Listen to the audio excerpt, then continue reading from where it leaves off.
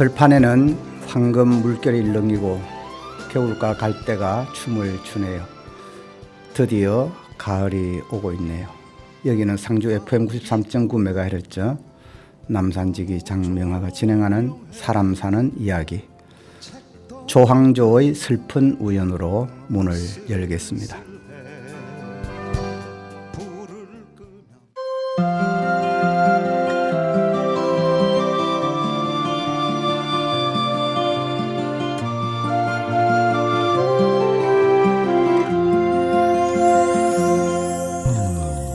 바람이 꽃잎을 스쳐가듯이 소리 없이 만난 그 사람, 한때는 미치도록 사랑한 사람, 아무 말 하지 못했다. 사랑은 못하려 했나, 이리 짧게 스쳐갈 것은. 사랑은 못하려 했나, 뒷모습만 바라볼 것은. 슬픈 오늘 하루는 잊어요. 가슴 속에 지워야 해요.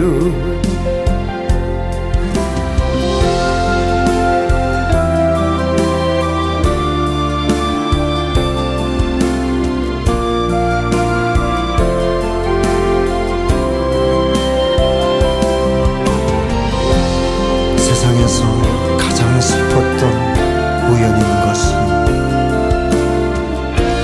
다시 만날 기억도 없었기 때문인 거야. 지키지 못했던 미안함들이 그리움보다 컸나봐. 아무런 기약 없이 멀어질 텐데 다시 널 잡지 못했다. 사랑은 못하려 했네, 이리 짧게 스쳐갈 것은. 사랑은 못하려 했나, 뒷모습만 바라볼 것은. 슬픈 오늘 하루는 잊어요. 가슴 속에 지워야 해요. 슬픈 오늘 하루는 잊어요. 가슴 속에 지워야 해요. 가슴 속에 묻어야 해요.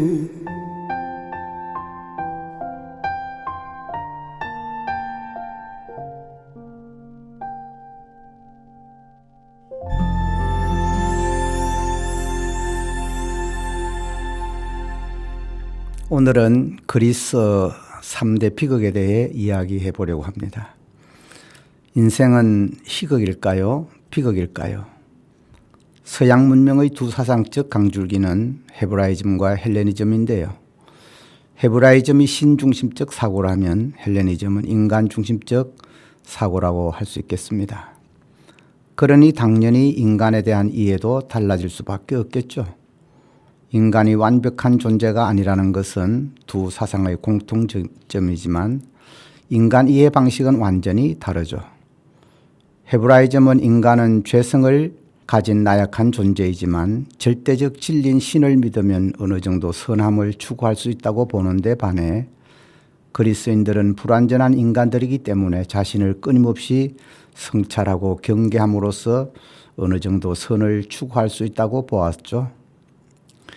그리스 정신을 이어받은 로마 제국도 헬레니즘 전통 위에 서 있다고 할 수 있는데요. 로마 개선장군 환영식은 화려함의 극치이죠. 월계관과 토가를 착용하고 4마리의 백마가 끄는 수레를 타고 군중들의 환호를 받는 개선장군 옆에 노예를 앉혀 죽음을 기억하라는 메멘토 모리를 끊임없이 외치게 함으로써 자칫 오만과 교만으로 흐를 수 있는 인간의 심성을 경계했죠. 그리스 비극은 민주정이 꽃피울 때 주로 작품화되었는데요. 아테네 시민들에게 비극 작품들을 끊임없이 공연함으로써 인간은 똑똑한 것처럼 보여도 가장 어리석은 존재라는 것을 은연중 보여주려는 교육적 의도가 숨어 있었다고 할 수 있겠습니다. 그래서 모든 시민은 교만하거나 나태해서는 안 되며 자신을 끊임없이 성찰하고 깨어 있어야 민주정이 올바로 시행될 수 있다고 생각했습니다. 오늘은 그리스 3대 비극 작가의 대표적 작품을 한 편씩 소개할 텐데요. 이들의 한결같은 주제는 인간의 어리석음을 알고 경거망동하지 말라는 교훈을 담고 있다고 할 수 있겠습니다. 그리스 3대 비극 작가는 아이스퀼로스, 소포클레스, 에우리피데스죠.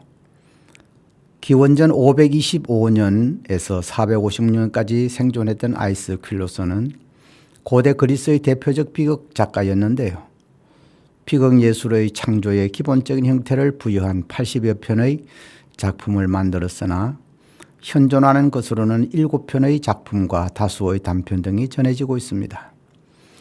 그는 아테네 서쪽 엘레우시우스의 귀족인 에오포리온의 아들로 태어났는데요.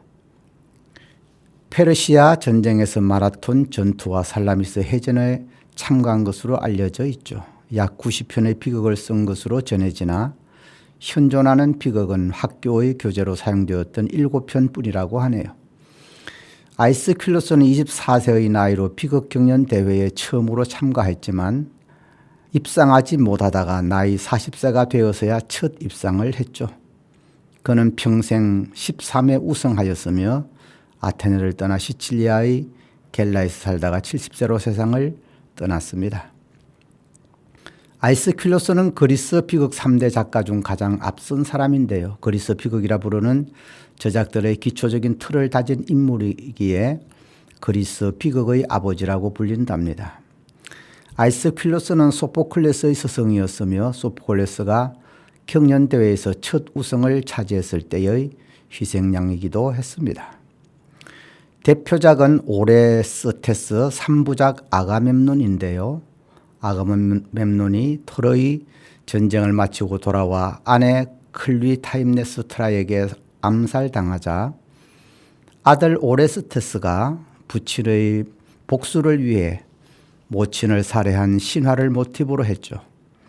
이에 정당성을 두고 아폴론과 복수의 여신들 오레스테스가 법정에서 치열한 공방을 벌였는데요. 이것을 사적인 복수에서 공적인 법치로 넘어가는 이행 과정으로 보는 학자들도 있습니다. 아이스퀼로스가 개인보다는 사회에 무게를 두었다고 보는 것도 이런 맥락에서 이해할 수 있다는 겁니다. 상당히 독특한 죽임을 당했다는 야사가 전해지고 있는데요. 그가 시칠리아를 여행하던 중 거북을 잡은 수염 수리가 그 등딱지를 깨기 위해 거북이를 바위 위에 떨어뜨렸는데 그 바위가 알고 보니 아이스퀼로스의 대머리여서 그 수염 수리가 떨어뜨린 거북에 맞아 죽었다는 것이죠. 야사대로라면 인생의 끝 또한 그리스 비극의 한 장면을 떠올리게 되는데요. 비극 작가에게 어울리는 야사라고 해야 할까요? 기원전 497년에서 406년까지 살았던 소포클레스는 497년 아테네의 콜로노스에서 부유한 기사의 아들로 태어나 아버지로부터 음악 교육을 받았으며 16살 되던 해에 살라미스 해전을 기리는 연회에서 선창 소년으로 뽑혀 노래한 것으로도 전해지는데요. 기원전 468년 29세의 디오니소스제의 비극 경연에서 스승인 아이스퀼로스를 물리치고 입상하여 명성을 떨쳤죠. 펠로폰네소스 전쟁을 전후로 소포클레스는 정치에 입문해 요직을 여러 번 지냈는데요. 민주정의 아버지 페리클레스의 정치 노선을 지지한 것으로도 알려져 있습니다. 그의 뛰어난 재질과 미모로 아테네의 우상이 되었고 시민들로부터 큰 사랑을 받았다고 하네요. 사망 후에 아테네 시민은 그에게 덱시온이라는 영웅 칭호를 주었다고 합니다. 그는 특히 비극 예술의 완성자로서 유명한데요. 비극 경연에서의 1등 우승은 24회나 되었다고 하며 극, 송가, 비가, 잠언 등 123편의 작품을 썼다고 하나 현존하는 것은 7편 뿐이죠. 그는 3부극을 폐지하고 합창대원을 늘리는 등 극의 단순성을 극복하였으며 치밀한 구성, 완벽한 기교 등으로 비극을 완성시켰다고 합니다. 소포클레스의 작품의 특색은 장대하거나 화려한 것이 아니라 정교하고 치밀한 대화를 통하여 모든 인물을 묘사했다는 점인데요. 인간을 단순한 입장의 노예로서가 아니라 설사 입장을 같이 하는 몇 사람의 인간 사이에도 개개의 인간 안에는 제거할 수도 없고 서로 나누어 가질 수도 없는 중핵적인 힘이 깃들어 있음을 객관적인 대화의 기법으로 지적하고 있죠. 기원전 480년에서 406년까지 살았던 에우리피데스는 그가 쓴 18편의 비극이 남아있는데요. 합리적인 예지, 자유주의적, 인도주의적 사상을 내포한 그의 극은 근세 유럽 비극 문학에 큰 영향을 주었다고 하는데요. 그는 살라미스 출생으로 아테네로 옮겨와 활동하였으며 마케도니아에서 죽었다고 합니다. 아낙사고라스와 프로타고라스, 소크라테스와 사귀었고 그들에게 영향을 주었다고 합니다. 그는 92편의 작품을 썼으며 5회의 우승을 했다고 하는데요. 현존하는 작품 18편 외에 다수의 단편이 남아있죠. 그의 작품 세계는 인간의 고뇌의 깊은 이해와 동정을 품고 또한 인간을 괴롭히는 모든 억압에 격노하며 운명이나 신의 뜻에 따르기보다는 인간의 주지적 합리성으로 이 세상의 복잡 미묘함을 폭로하려 했다고 합니다. 후발주자였음에도 아테네 연극계에서 총화로 등장해 멀리 그리스 세계의 곳곳에까지 그 작품이 번져나간 것은 일반적인 인간의 비애가 강력한 설득력으로 부각되었기 때문이라고 하겠습니다. 그리스 3대 비극 작가 중 하나지만 정작 상을 받은 건 말년의 바커스의 여신도들 정도여서 상복은 없었다고 할 수 있겠네요. 3대 작가 중 가장 늦게 태어난 것은 유명한 비극으로는 포이니케 여인들, 메데이아, 히폴리토스 등이 있습니다. 기존 비극과 달리 당당한 여성과 영리한 노예를 등장시키며 신화의 영웅들을 풍자화하기에 현대 독자들에겐 가장 접근하기 쉬운 작가라고 할 수 있겠습니다. 아리스토텔레스는 사학에서 소포클레스를 인용하며 소포클레스는 이상적인 인간상을 그려내었고 에우리피데스는 인간 그대로를 그렸다고 평가했죠. 다음으로 다루게 될 세 작품은 아가멤논, 오이디푸스 왕, 메데아인데요. 그리스 3대 비극 작품이라고 할 수 있겠습니다. 그중 가장 먼저 살펴볼 작품은 아이스킬루스의 아가멤논입니다. 일리아드의 오디세이에 등장하는 트로이 전쟁이 배경인데요. 아가멤논의 동생 메네올라스의 아내 헬레네를 트로이의 왕자 파리스가 빼앗아간 것이 트로이 전쟁이 발단이 되었죠. 동생의 복수를 위해 아가멤논은 스스로 그리스 총사령관이 되어 트로이로 출항을 결심하게 되죠. 그런데 그리스 신화의 올림포스 12신 중 하나이며 수렵, 궁술, 순결의 여신으로 황야, 숲, 샘, 호수, 산, 짐승, 산맥, 야생과 자연의 모든 것들을 관장하고 또한 소녀와 처녀, 궁수와 사냥꾼들의 수호신이기도 한 아르테미스가 전쟁을 일으키면 젊은 청년들이 많이 희생될 것을 염려하여 바다의 풍랑을 일게 하여 출항을 방해하였죠. 풍랑을 멈추게 하는 조건으로 순결한 처녀를 제물로 바쳐야 했는데요. 아가멤논은 아내의 극한 반대에도 불구하고 자신의 고운 딸을 희생제물로 바치고 트로이로 마침내 출항하게 되죠. 10년간의 천신만고 끝에 트로이를 함락하는 쾌거를 이루고 금의 환영하지만 전쟁을 위해 딸을 희생시킨 데 대한 아내 클리타임네스트라의 원하는 하늘에 닿아 아내의 정부와 공모하여 무참히 사륙당하게 되는데요. 공교롭게도 어머니가 정부와 합세하여 아버지를 살해하는 장면을 목격한 아들 오레스테스가 아버지의 원수를 갚겠다며 어머니와 정부를 죽이게 됩니다. 아들에게 죽임을 당한 어머니가 자신의 억울함을 복수해달라고 아폴론에게 요청하자 아폴론은 복수의 여신에게 그 일을 일임하고 복수의 여신이 아들에게 복수하려 하자 아들은 아폴론 신에게 자신의 정당한 복수를 항변하는데요. 마침내 아폴론은 베시몬에게 판결하게 하여 과부 동수로 복수하는 것을 금지하게 되는 것으로 이야기가 끝을 맺습니다. 이 작품은 사적 복수를 끝내고 법 절차를 따라야 한다는 민주정의 참뜻을 알리려는 의도가 숨어있는 작품이라고 해야겠습니다. 잠시 쉬어가면서 최진희의 사랑의 미로와 윤수일의 아파트 듣고 오겠습니다.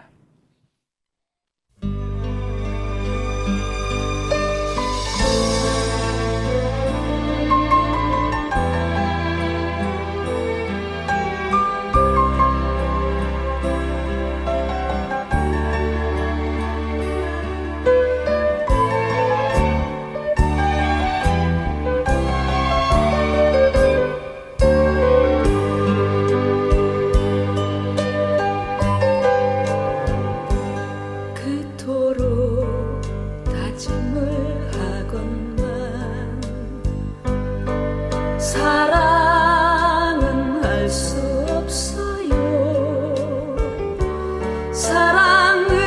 사랑으로는 먼 가슴은 진실 하나에 울지요.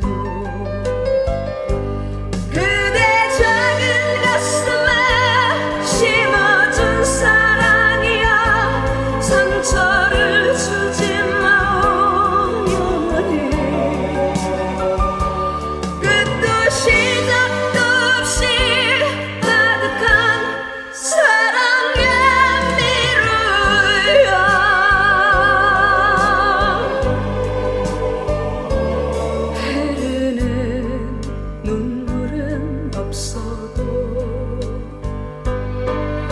가슴은 젖어버리고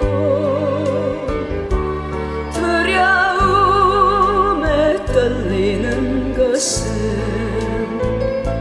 사랑의 기쁨인가요? 그대 작은 가슴에 심어준 사랑이야 상처를 주지 마.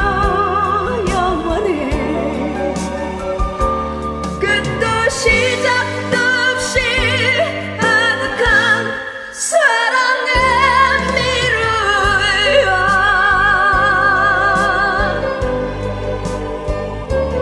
때로는 쓰라린 이별도 쓸쓸히 맞이하면서 그리움만 태우는 것이 사랑의 진실인가요? 그대 작은 가슴에 심어준 사랑이야 상처를 주지 마 영원히 끝도 시작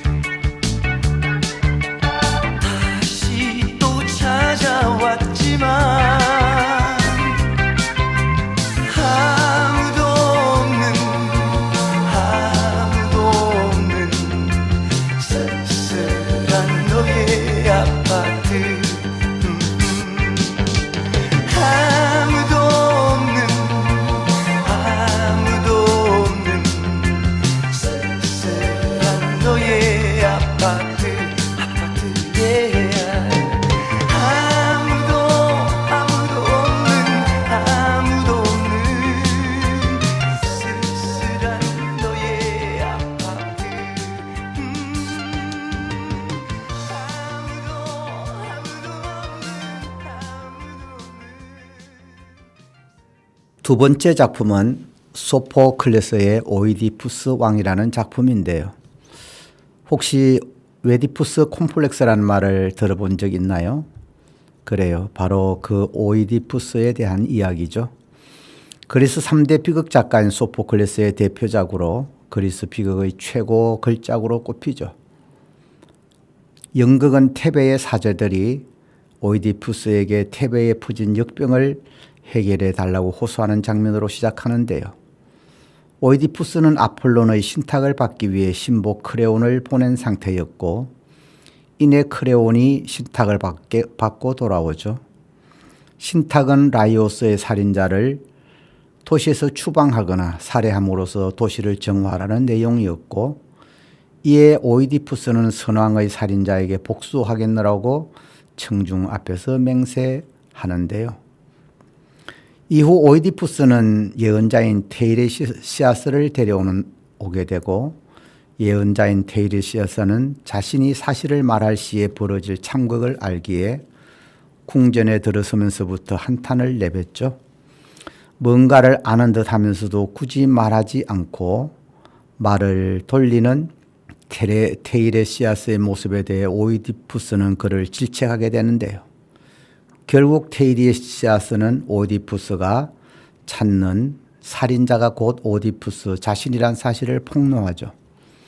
하지만 이미 화가 나 있는 오이디푸스는 이를 헛소리로 치부해버리고 되레 큰 크레온이 테이레시아스를 이용해 자신을 범인으로 몰고 왕자를 차지하려는 것 아닌지 의심하게 되는데요. 테이레시아스는 내친김에 살인자가 오이디푸스라는 것을 다시 한번 언급함과 동시에 그가 이방이 아닌 테베 출신이며 이내 장님이 되고 추방당해 이방을 떠돌게 될 것을 예언하며 그곳을 떠납니다. 크레온은 오이디푸스가 자신을 죽이려 한다는 소식을 듣고 오이디푸스 앞에 달려와 자신의 결벽을 주장하지만 오이디푸스의 진노는 좀처럼 가라앉지 않는데요. 테베의 원로들도 그녀의 의견에 합세하며 오이디푸스를 진정시키며 가까스로 크레온은 목숨을 보존하게 되죠.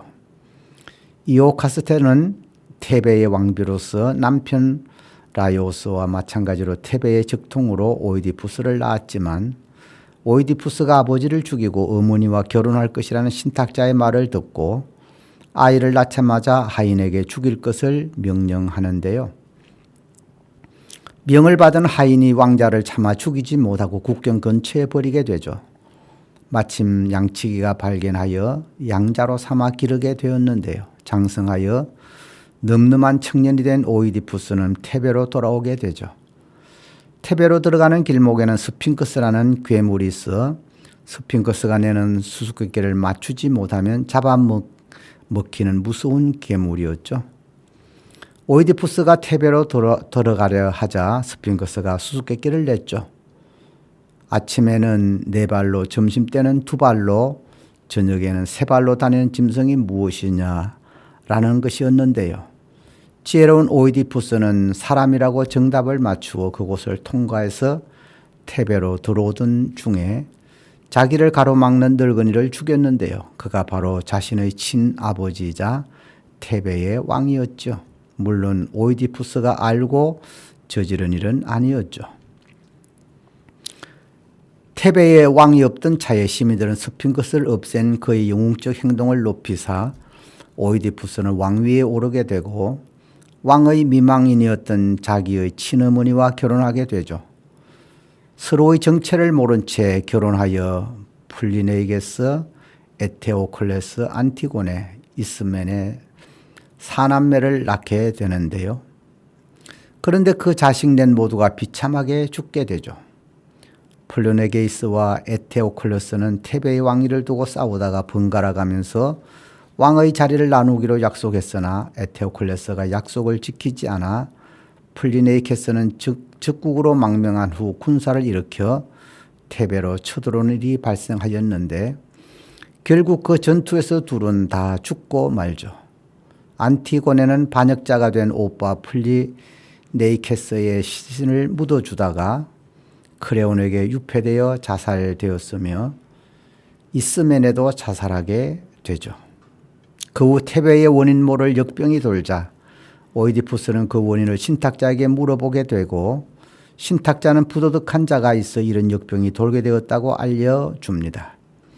오이디푸스는 범인을 색출하기 위해 동분서주하게 되는데요. 범인이 다름 아닌 오이디푸스 자신이라는 것을 아내이자 어머니인 이오카스테가 먼저 알고 목을 매달아 자살하게 되죠. 어머니이자 아내의 죽음을 목도한 오이디푸스는 이오카스테의 옷에 꽂힌 브로치로 자신의 누나를 찔렀죠. 역병의 원인이 자신인 것도 모르고 자신이 아버지를 죽이고 어머니와 결혼한 페륜에 오이디푸스는 절규하게 되는데요. 아, 모든 것이 이루어졌고 모든 것이 사실이었구나. 오 햇빛이여, 내가 너를 보는 것도 이것이 마지막이기를. 나야말로 태어나서는 안 될 사람에게서 태어나 결혼해서는 안 될 사람과 결혼하여 죽여서는 안 될 사람을 죽였구나 라고 절규합니다. 세 번째 작품은 에우리피데스의 메데아이인데요. 에우리피데스의 비극 메데아의 주인공은 코인의 헬라어 발음으로 메디아라고 했는데요. 뜻은 계획자, 음모가라는 뜻이라고 합니다. 메디아는 팔씨름과 활쏘기, 무기 제조, 달리기의 천재로 유명한 여걸이자 그리스 신화에 이름을 남긴 몇 안 되는 공주 출신 여성 영웅이죠. 메디아는 태양신과 바다의 여신의 피를 4분의 1씩 타고난 반신반인이었죠. 메디아는 그리스 신화와 비극을 통틀어 가장 대담하고 지성적인 성격의 여성이자 여주인공으로 꼽히는 유명한 마법사였죠. 한편으로는 신들도 벗어날 수 없는 에로스의 금화사를 맞아 이아손을 사랑하게 되고 그를 위해 수단과 방법을 가리지 않고 혈육들을 배신하고 살해하는 악행도 서슴지 않는 신화 내에 손꼽히는 잔인하고 교활한 악녀 페류나 매국노의 면모도 갖추고 있습니다. 끝내 자기를 실컷 이용해 먹고 불륜을 저지른 이아손에게 잔혹한 복수를 하고 도망쳐 끝까지 살아남아 엘리시온으로 입성하는 해피엔딩을 맞이하기까지 하는데요.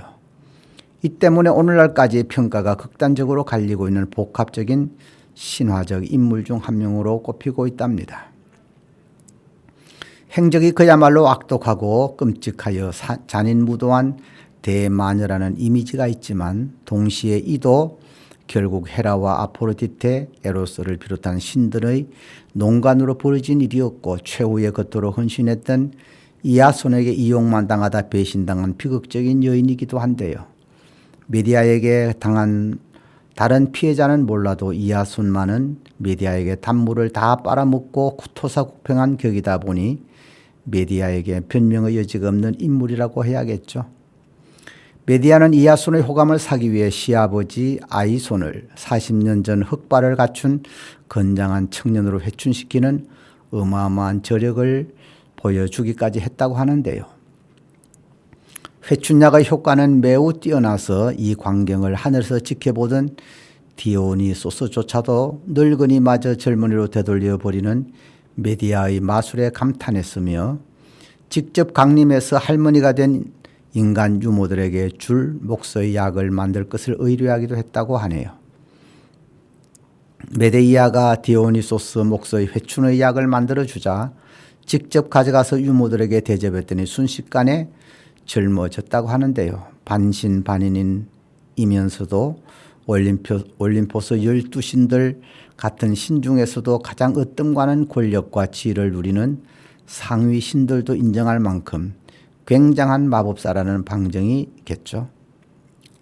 메디아는 단순히 미모만 뛰어난 공주가 아니라 강력하고 대담한 마법사 공주로 성장할 수 있었던 배경에는 신들의 혈통과 인맥의 힘이 컸다고 할 수 있는데요. 할머니 페르세이스와 어머니 이디아로부터 오케이아데스 출신인 주술과 마법의 여신에다가 본인 자체도 최고 신 제우스조차 함부로 건드릴 수 없었던 마법과 주술, 강령술, 교차로의 여신 헤카테가 가장 아끼던 제자이자 여사제이기 때문이었는데요. 헤카테는 메디아의 든든한 스승이자 수호신이기도 하며 고모 키르케도 헤카테 밑에서 마법을 터득했다고 합니다.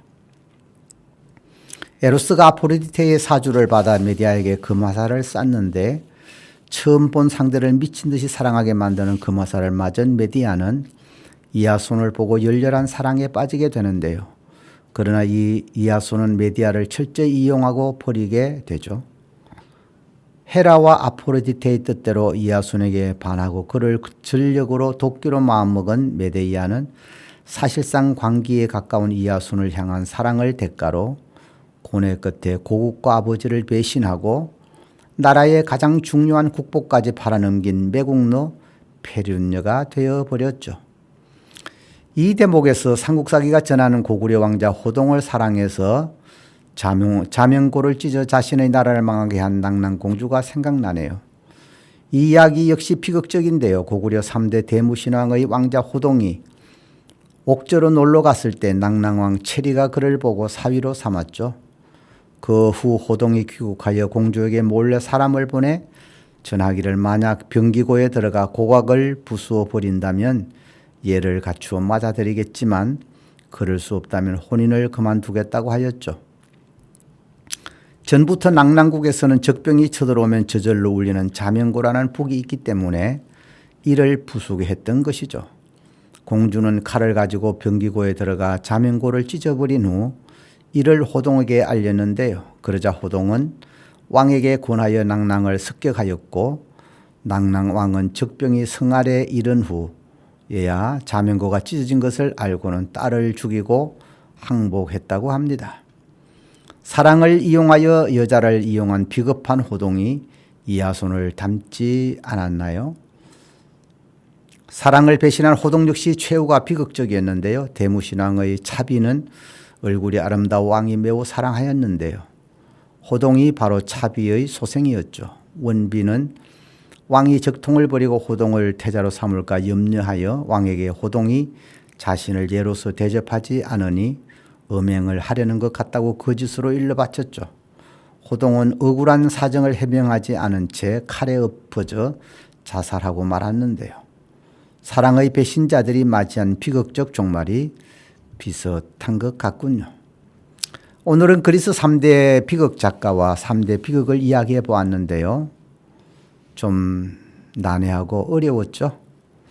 인간이 똑똑한 것 같아도 가장 어리석고 우매하다는 것은 그것을 조금은 알 수 있을 것 같습니다. 살다 보면 어리석다는 것을 알게 된다는 나훈아의 콩 들으시면서 저는 여기서 인사드리겠습니다. 지금까지 상주 FM 93.9MHz 남산지기 장명아가 진행한 사람 사는 이야기였습니다. 다음 주에 뵙겠습니다. 안녕히 계십시오.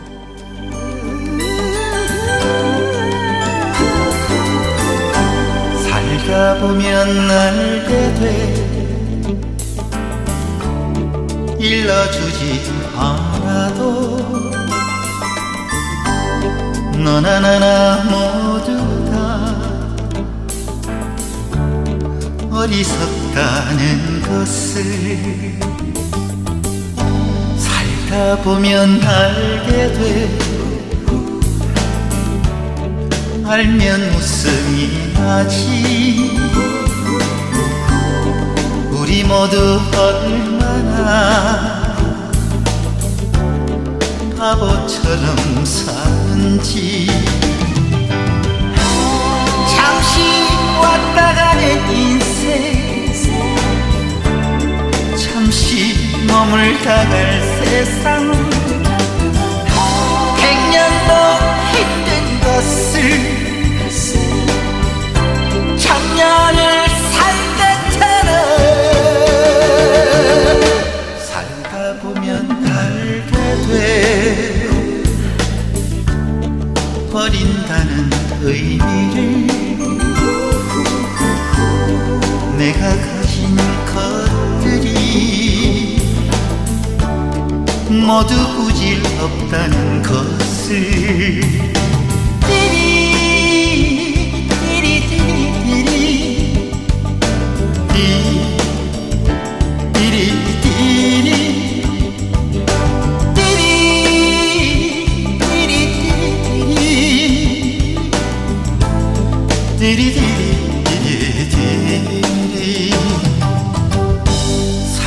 살다 보면 알게 돼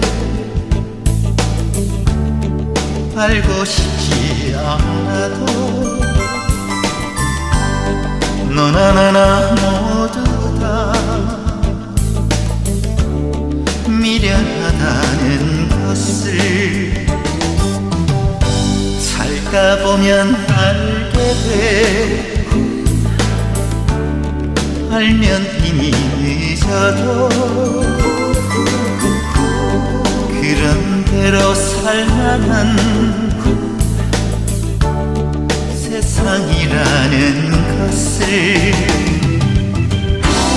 잠시 스쳐가는 정치 훌쩍 가버린 세월 100년도 힘든 것을 청년을 살겠다는 살다 보면 알게 돼 비운다는 의미를 내가 가진 것들이 모두 꿈이었다는 것을 모두 꿈이었다는 것을